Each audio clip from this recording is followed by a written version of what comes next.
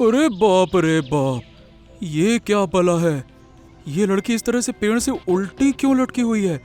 कहीं ये मर तो नहीं गई, या फिर कोई माया जाल है। चलो पास जाकर देखता हूँ, ये क्या चक्कर है। भानु डरते डरते उस लड़की के नजदीक जाता है। जैसे ही वह करीब पहुंचता है, उसकी नजर लड़की के माथे के ठीक बीचों बीच चमकते एक गहरे लाल रंग की रूबी पर पड़ती है। पत्थर से ऐसी चमक निकल रही है जो भानु की आंखों को चौंधिया देती है।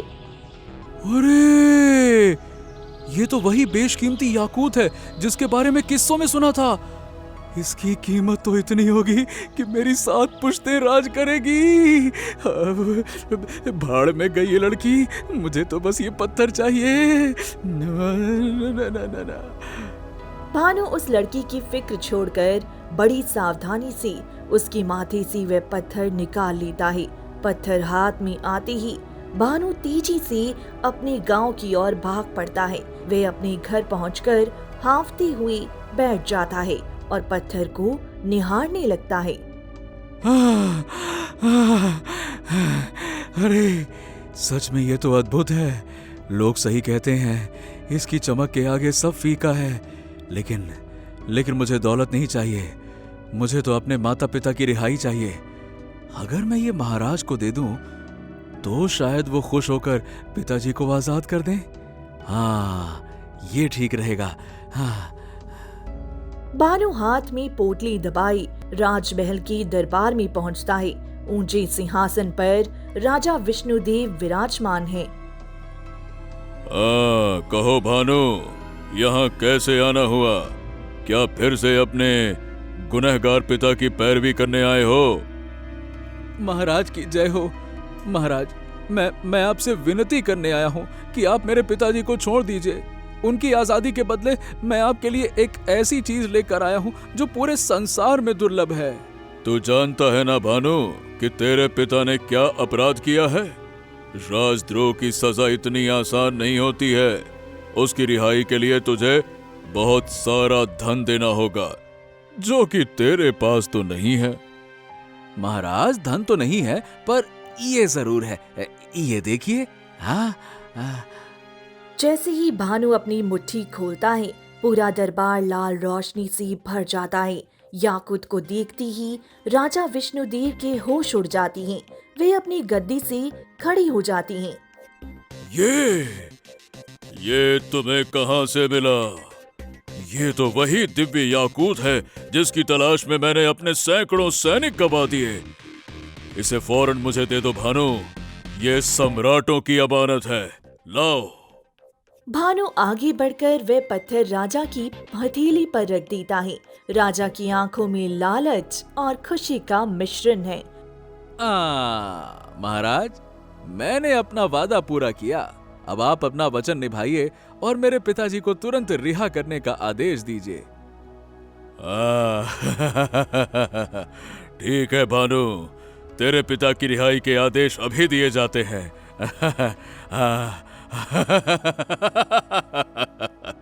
पर सच सच बता, ये पत्थर तुझे कहाँ मिला? बता। राजा विष्णुदेव याकूत यानी रूबी की चमक देख खुशी से फूले नहीं समा रही थी। उन्होंने तुरंत अपने सिपाहियों को आदेश दिया। सैनिकों, अभी जाओ और भानु के पिता श्याम को इसी वक्त काल कोठरी से रिहा करके यहाँ लाओ। इस लड़के ने हमें वो चीज दी है जिसके सामने 100 कैदियों की रिहाई भी कम है। जाओ जाओ, जल्दी जाओ।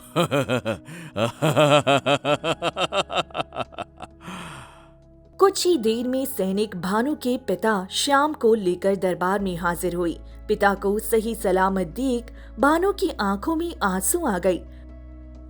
भानु, तुम वाकई बहुत बहादुर हो। तुमने मुझे बेशकीमती तोहफा दिया है, तो मैं भी तुम्हें खाली हाथ तो नहीं भेजूंगा। सैनिकों। राजा के इशारे कर एक सैनिक सोने के सिक्कों से भरी थैली भानु के हाथ में थमा देता है। फिर भानु अपने पिता के साथ बाहर आ जाता है। इधर राजा विष्णुदेव रूबी यानी याकूत को निहार ही रहे थे कि तभी उनकी नई नवेली रानी मृगनयनी वहां पहुंच जाती है। ओहो महाराज, ये तो वही दिव्य याकुत है जिसकी शक्तियों के चर्चे दूर दूर तक हैं। सुना है इसके पास होने से किस्मत बदल जाती है। हाँ रानी, और अब ये हमारा है। महाराज, पर मेरी एक छोटी सी इच्छा है। मैंने सुना था कि जब ऐसे 3 याकुत एक साथ मिलते हैं तब इंसान की हर असंभव इच्छा पूरी हो जाती है। हमारी नई नई शादी हुई है, क्या आप अपनी रानी के लिए ऐसे 2 और याकुत नहीं ला सकते? क्यों नहीं रानी, तुम्हारी हर ख्वाहिश मेरा हुक्म है। सैनिकों, जाओ उस भानु को वापस पकड़ कर लाओ। सैनिक भागते हुए जाते हैं और रास्ते से ही भानु को दरबार दोबारा खींच ले जाते हैं। भानु घबराया हुआ खड़ा था। भानु, रानी साहिबा की इच्छा है कि उन्हें ऐसे 2 और याकूत चाहिए। जाओ और अभी इसी वक्त मेरे लिए 2 और याकूत लेकर आओ। जाओ। अरे पर महाराज, ये कैसे मुमकिन है? मैं वो जगह नहीं जानता महाराज। महाराज सीधी बात है, मैं तो बस अपने पिताजी के लिए पैसे कमाने के लिए घर से निकला था और रास्ता भटक कर उस घने जंगल के अनजान कोने में पहुंच गया था। मुझे तो उस रास्ते का नाम तक याद नहीं है। मैं दोबारा वहां नहीं जा सकता। मुझे माफ कर दीजिए महाराज, मैं नहीं ला पाऊंगा। तुम्हारी इतनी हिम्मत कि तुम हमें मना करो? सैनिकों, सुना है भानु की एक बहुत ही खूबसूरत बहन है, तारा। जाओ उसे अभी यहाँ इसी वक्त उठा कर लाओ। जाओ। क्या? नहीं नहीं नहीं नहीं नहीं महाराज, नहीं महाराज, हमारी बहन तो निर्दोष है ना। आप उसे इस सब में मत घसीटिए, उसका कोई कसूर नहीं है। महाराज, महाराज मेरी बात मानिए। महाराज रुक जाओ। महाराज। लेकिन राजा के क्रूर सैनिक कुछ ही देर में तारा को जबरन दरबार में खींच लाते हैं। तारा बुरी तरह डरी हुई थी और कांप रही थी। ये क्या है भैया? ये सैनिक मुझे इस तरह यहाँ क्यों लाए हैं? मेरा क्या अपराध है? तुम्हारा कोई अपराध नहीं है सुंदरी, बस तुम्हारे भाई की याददाश्त थोड़ी सी कमजोर है। भानु, कान खोल कर सुन लो।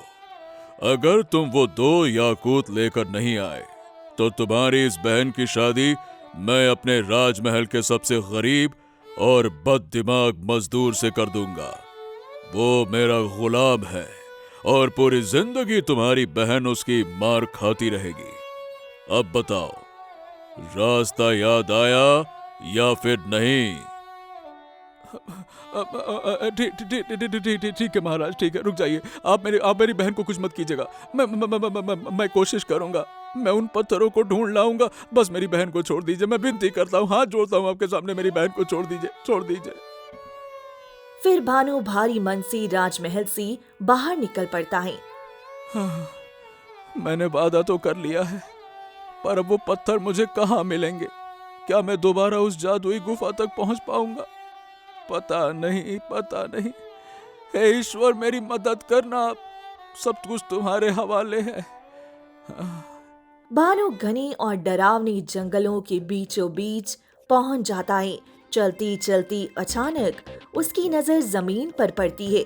वही लड़की जो पहले उल्टी लटकी थी, अब वहीं बेहोश पड़ी हुई थी। कहाँ जाऊं? कहाँ से मिलेगा? अरे, ये तो वही लड़की है जो पिछली बार पेड़ से उल्टी लटकी हुई थी और इसके माथे पर वो लाल याकूत था। पर अब इसके माथे पर वो पत्थर तो है नहीं। भानु जैसे ही लड़की के नजदीक जाता है, उसकी नजर पास ही जमीन पर गिरे एक चमकती लाल याकूत पर पड़ती है। उसे देखकर भानु की खुशी का ठिकाना नहीं रहता। मिल गया। हाँ।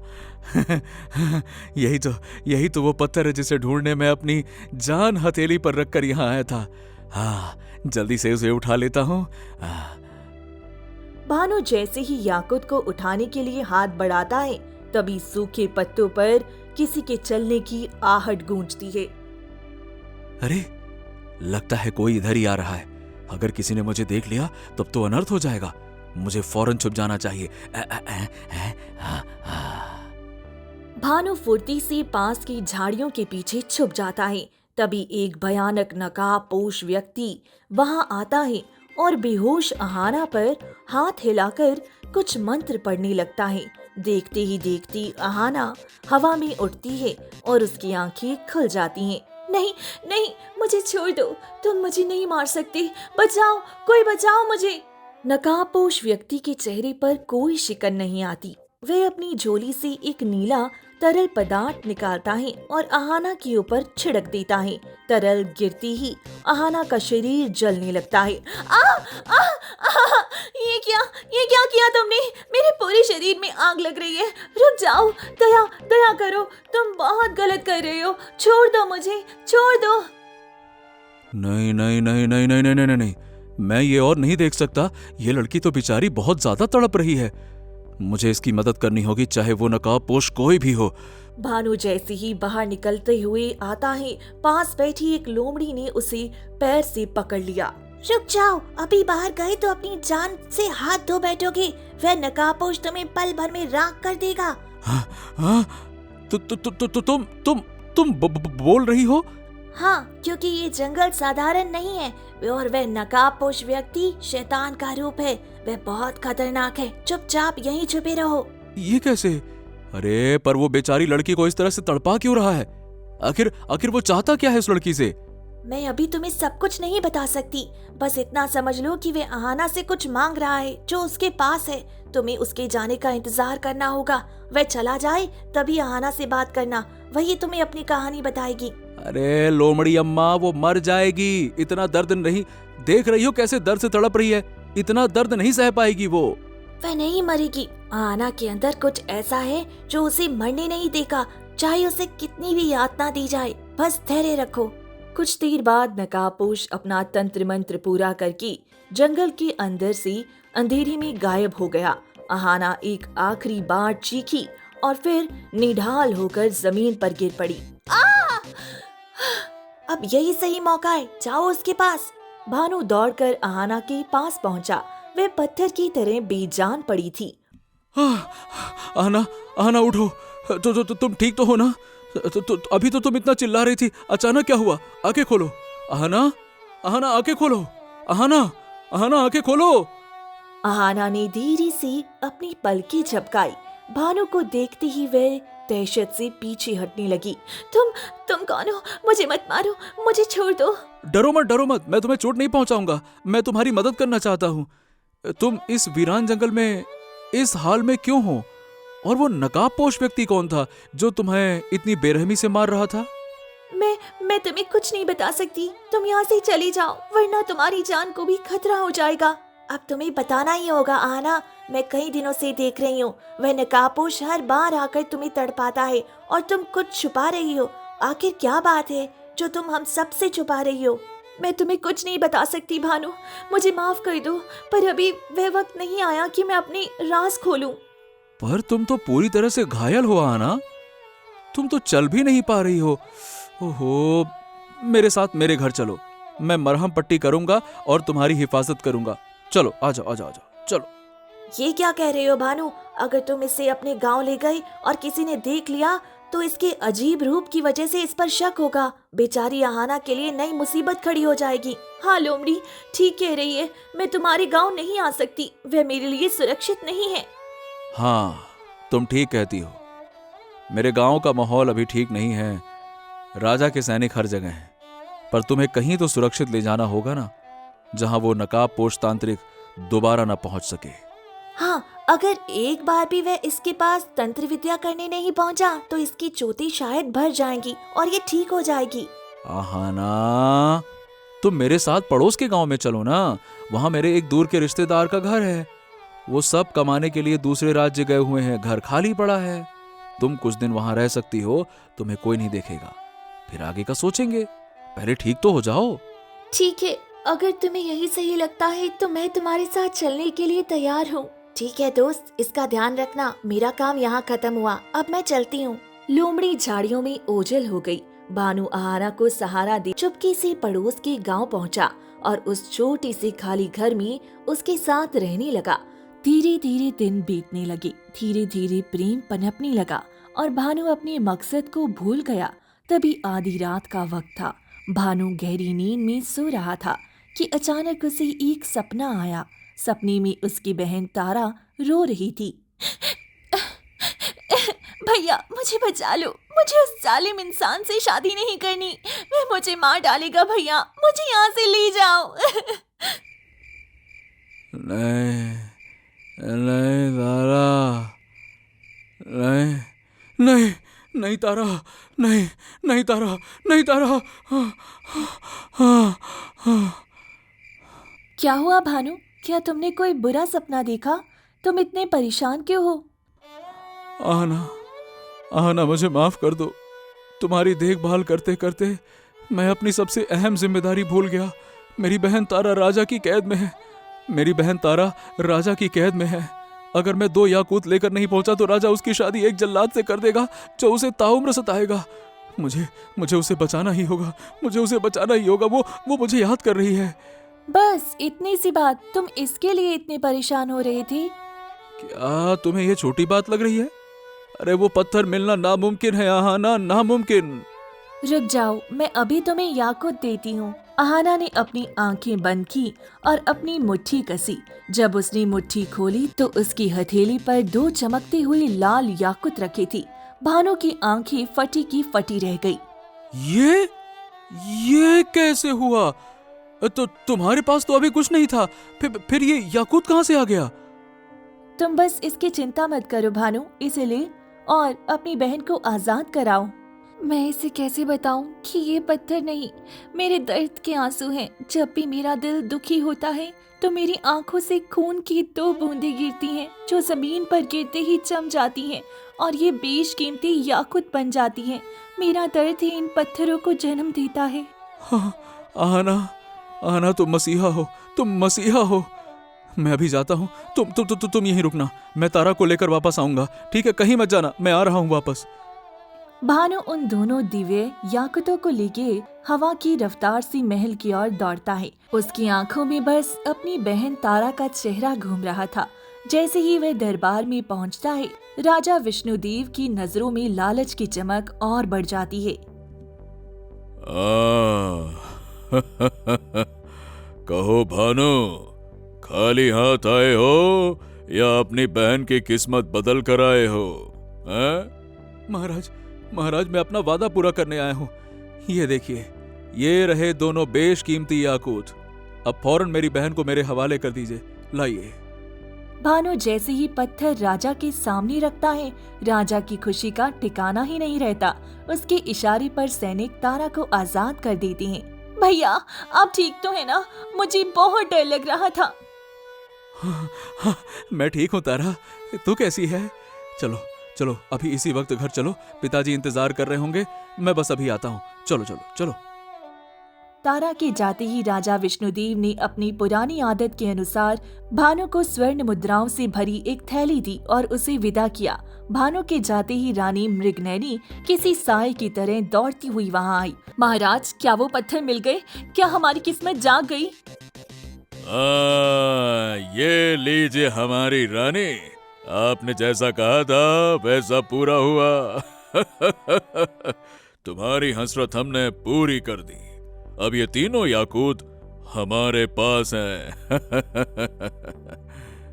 राजा जैसे ही वह याकूत रानी की हथेली पर रखता है, रानी का चेहरा अचानक बदल जाता है। उसकी आंखों में एक अजीब सी वहशी चमक आ जाती है और वह पागलों की तरह अट्टहास करने लगती है। आखिरकार अब वही होगा जो मैंने बरसों पहले सोचा था। रानी तुम्हें क्या हुआ? तुम ऐसा अजीब सा व्यवहार क्यों कर रही हो? क्या बात है? महाराज, अब आप इस राज्य के राजा नहीं बल्कि मैं यहाँ की एकमात्र मलिका बनूंगी। अचानक आसमान में बिजली कड़कने लगती है और राजमहल के भीतर तेज धूल भरी आंधी चलने लगती है। दिए बुझ जाते हैं और वातावरण में एक डरावनी शक्ति का संचार होने लगता है। हाँ? ये कैसा अपशगुन है? रानी तुम होश में तो हो? रानी तुम होश में तो हो? रानी! अब तीनों शक्तियाँ आग चुकी हैं। सैनिकों, इस बूढ़े राजा को उठाओ और काल कोठरी में डाल दो। अब इस सिंहासन पर सिर्फ मलिका का राज होगा। नहीं, तुम ऐसा नहीं कर सकती हो। मैं तुम्हारा पति हूँ, इस राज्य का राजा हूँ। तुम ऐसा कैसे कर सकती हो? अब कोई राजा नहीं, सिर्फ मलिका। फिर सैनिक राजा को ले जाती ही रात गहराते ही रानी अपने कक्ष में अकेली बैठी उन पत्थरों को निहार रही थी कि तभी अंधेरे को चीरती हुई आहाना वहाँ प्रकट होती है। देखो आहाना, बिल्कुल वही हुआ जैसा हमने सोचा था। आज ये पूरा राज्य हमारे कदमों में है। हाँ मृगनयनी, अब हमें इस दुनिया से कोई नहीं निकाल सकता। दोनों की हंसी महल की दीवारों में गूंजने लगती है, लेकिन तभी उनकी आंखों के सामने पुरानी यादों का एक मंजर घूमने लगता है। आहाना और मृगनयनी दोनों दोस्त हुआ करती थी, पर पूरे गांव में उन्हें अछूत और अपशकुनी मानते थे। एक दिन जब ये गांव की गली से गुजर रही थी तो लोग उन पर पत्थर फेंकने लगे। अरे बिरजू, देख तो, देख देख, ये दोनों अपशकुनी फिर से उधर ही आ रही हैं। इनके कदम जहाँ जहाँ पड़ते हैं वहाँ मौत नाचती है। सही कहा रे शंभू। इस आहाना ने तो गांव के मुखिया की जान ले ली, और ये मृगनयनी, इसने तो अपने ही माता पिता की जान ले ली। इन्हें गांव से बाहर निकालो, वरना ये धीरे धीरे करके पूरा गांव ही खा जाएंगी। आप लोग ऐसा क्यों कर रहे हैं? हमने कुछ गलत नहीं किया, हमें मत मारिए। हाँ रुक जाइए, वे सब एक हादसा था। हमारे माता पिता की मौत में हमारा क्या कसूर? हादसा? अरे तुम्हारी मौजूदगी ही मौत है। गांव के मुखिया मारे गए, सारी फसलें बर्बाद हो गई, और तुम कहती हो हादसा? अरे भागो यहाँ से, वरना आज तुम्हें जिंदा जला दूंगा मैं, समझे? जाओ भागो यहाँ से। चोटों और अपमान से कर्राती दोनों लड़कियां घने जंगलों में शरण लेती हैं। आहाना के माथे से खून रिस रहा था, जो धीरे धीरे जमने लगा। देखो, ये कलंक हमारे माथे से कभी नहीं मिटेगा। दुनिया हमें जीने नहीं देगी। अब हमें कुछ बड़ा करना होगा। हाँ आहाना, अब बस बहुत हो गया। ये अपमान अब और नहीं सहा जाता। अब हमें इस राज्य के राजा को ही अपने वश में करना होगा। हमें ऐसी शक्तियाँ चाहिए कि ये गांव वाले हमारे कदमों में झुके और हमारा हुक्म माने। ये सब मेरे इस याकुत की वजह से ही मुमकिन है। जब भी मेरे मन में कोई गहरा दुख या सदमा आता है, मेरे शरीर से एक जादुई पत्थर निकलता है।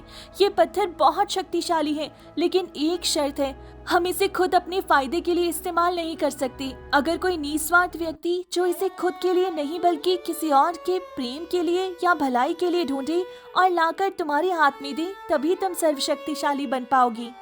तो मैंने सोच लिया है मुझे क्या करना है। मैं राजमहल जाऊंगी और राजा को अपने जाल में फंसाऊंगी। ठीक है, मैं घने जंगल के उसी हिस्से में रहूंगी जहां मैं मिली थी। मैं किसी ऐसे व्यक्ति की तलाश करूंगी जो इस पत्थर को अपने लिए नहीं बल्कि अपने परिवार के लिए मांगे। वही हमारी शक्ति का जरिया बनेगा। फिर मृगनयनी राजमहल पहुंच जाती है। कौन हो तुम सुंदरी, और यहाँ इस तरह से क्यों खड़ी हो? महाराज, मैं एक गरीब गांव की अनाथ लड़की हूँ। काम की तलाश में भटक रही हूँ। क्या आप मुझे अपने महल में छोटी सी जगह देंगे? वाह, कितनी अद्भुत सुंदरता है। ऐसी चमक तो मैंने कहीं नहीं देखी। रुकिए महाराज, हमें किसी नई दासी की जरूरत नहीं है। लड़की, तुम अभी यहाँ से चली जाओ। ओहो रानी, तुम इतना गुस्सा क्यों हो रही हो? इसे काम की जरूरत है। आज से ये महल में दासी का काम करेगी। जाओ रीता, आज से तुम यहीं रहोगी। जाओ। मृगनयनी ने महल में काम करना शुरू कर दिया। वह अपनी मीठी बातों और कातिलाना अदाओं से राजा को धीरे धीरे अपनी ओर खींचने लगी। एक दिन वह बागीचे में पौधों को पानी दे रही थी और राजा छिपकर उसे निहार रहे थी। रानी कादम्बरी ने ये देख लिया। मैं देख रही हूँ तुम्हारी चालें। तुम महाराज को मुझसे दूर करना चाहती हो। अपनी औकात में रहो और इसी वक्त महल छोड़कर चली जाओ। मैं नहीं जाने वाली रानी साहिबा। मुझे महाराज ने यहाँ रखा है। अगर महाराज हुक्म देंगे तो मैं एक पल में चली जाऊंगी, लेकिन आपके कहे पर नहीं। मुझे अपना काम करने दीजिए। मृगनयनी वहाँ से मुस्कुराते हुए चली जाती है। ये दासी इतनी आसानी से नहीं जाएगी। इसके चेहरे की चमक में कोई काला जादू है। मुझे इसे रास्ते से हटाना ही होगा। लेकिन कादम्बरी कुछ कर पाती उससे पहले ही आधी रात को मृगनयनी दबे पांव उसके कक्ष में जा पहुंची। कादम्बरी गहरी नींद में थी। विदा लीजिए महारानी, इस राज्य के सिंहासन पर आपकी रहने की जगह अब खत्म हो चुकी है। सुबह होते ही पूरे राजमहल में कोहराम मच गया। नहीं नहीं नहीं नहीं कादम्बरी, तुम मुझे छोड़कर नहीं जा सकती हो। आखिर किसने मेरी ये हंसती खेलती दुनिया उजाड़ दी? हे भगवान, ये कैसा अन्याय है? कादम्बरे। महाराज, खुद को संभालिए। कौन पत्थर दिल होगा जिसने ऐसी कोमल रानी के साथ ये क्रूरता की? अब आपका क्या होगा महाराज? अंतिम संस्कार के बाद राजा पूरी तरह टूट गई। मृगनयनी ने इस मौके का पूरा फायदा उठाया और अपनी मीठी बातों से राजा का सहारा बन गई। जल्द ही राजा उसके प्रेम की जाल में फंस गई। मृगनयनी, तुमने हमारे दुख में हमारा साथ दिया।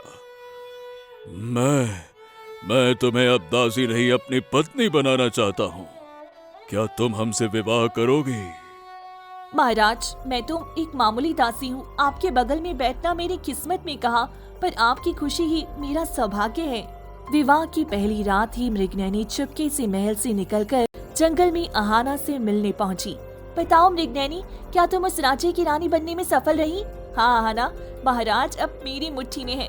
अब हमें तुम्हारी उन शक्तिशाली याकुतों की जरूरत है ताकि हम इस राज्य की असली मालिक बन सकें। मैंने सब इंतजाम कर लिया है। एक लड़का कई दिनों से काम की तलाश में भटक रहा है। कल मैं उसके सामने पेड़ से उल्टी लटक जाऊंगी और एक याकुत का लालच उसे दूंगी। वही लड़का हमारे मकसद का जरिया बनेगा।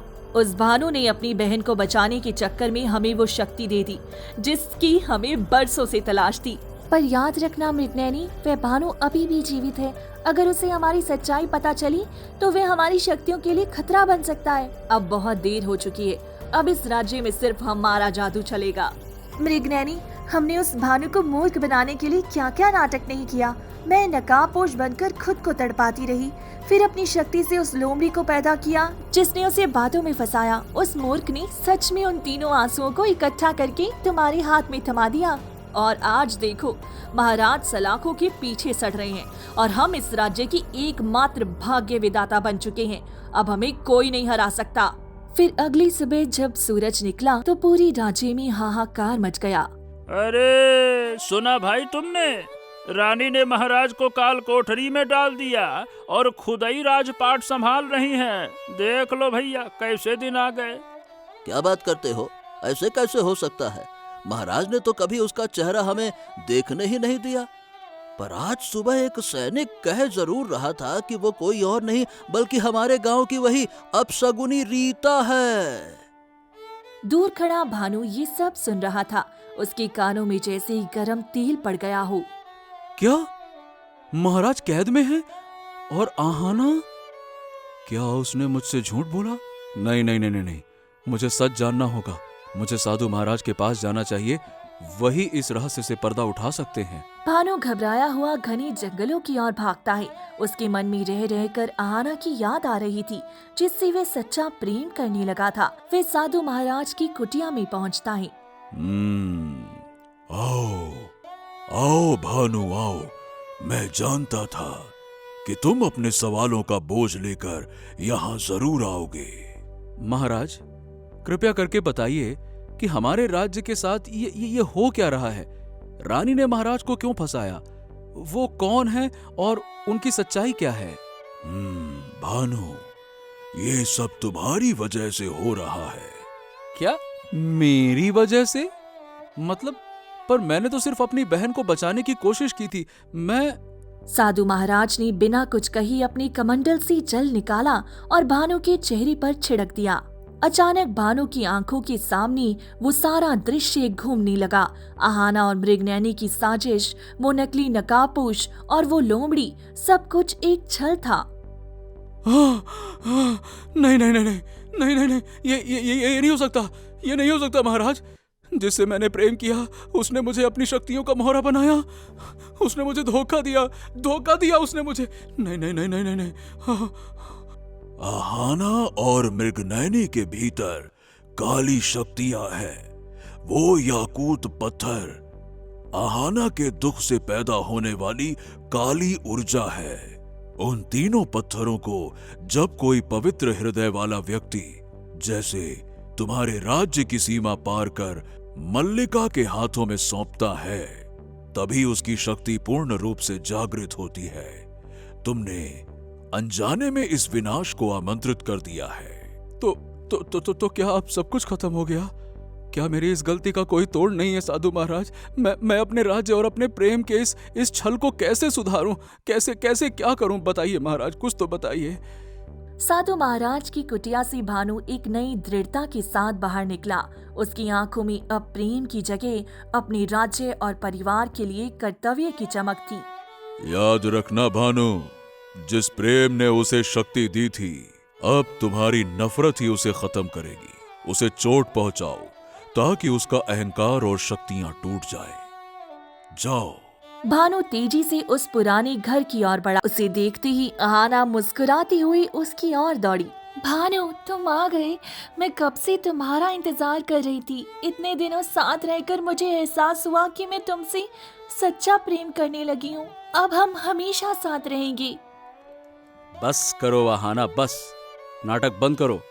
मैं तुम्हारी और रानी मृगनयनी की सारी असलियत जान चुका हूँ।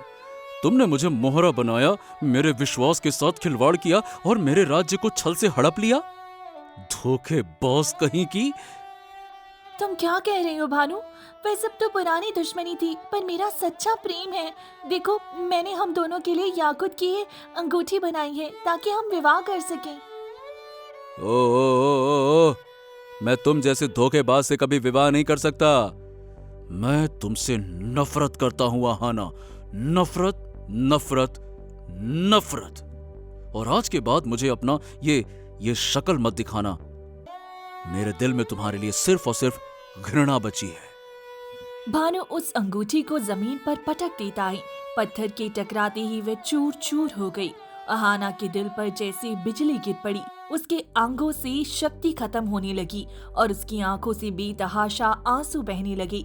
उसकी काली शक्तियां धुआं बनकर उड़ गई। उसी पल राजमहल में बैठी रानी मृगनयनी अचानक लड़खड़ा कर गिर पड़ी। उसे महसूस हुआ कि उसकी रूह से कोई शक्ति खींच रहा है। ये क्या हो रहा है? मेरी देह इतनी कमजोर क्यों पड़ रही है? सैनिकों, देखो मुझे क्या हुआ है। ये क्या रानी साहिबा, आप यहाँ राजगद्दी पर क्या कर रही हैं? यहाँ तो महाराज को होना चाहिए।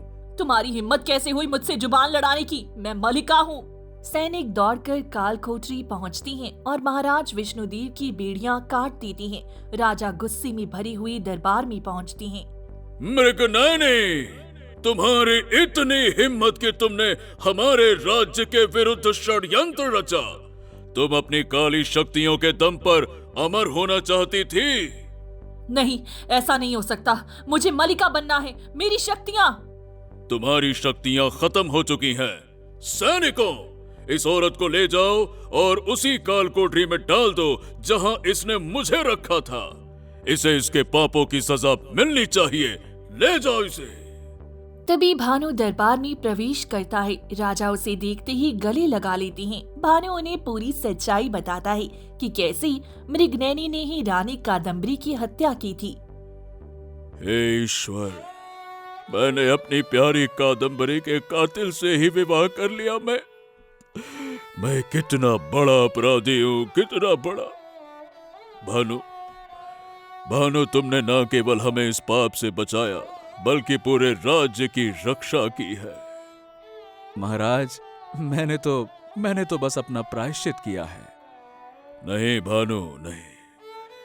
तुम्हारी बुद्धिमानी और साहस का कोई मोल नहीं। आज से मैं तुम्हें इस राज्य का मंत्री नियुक्त करता हूँ। अब तुम और तारा हमेशा सम्मान के साथ यहाँ रहोगे। क्या? पर महाराज, मैं इसके काबिल नहीं हूँ। नहीं, तुम इसके काबिल हो।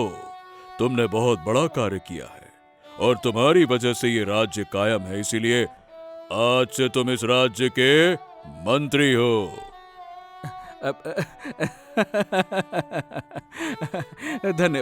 धन्यवाद महाराज। फिर भानु खुशी खुशी उस राज्य का मंत्री पद स्वीकार कर लेता है। उस दिन के बाद मृगनयनी अपनी कालकोठरी में सजा काटती है।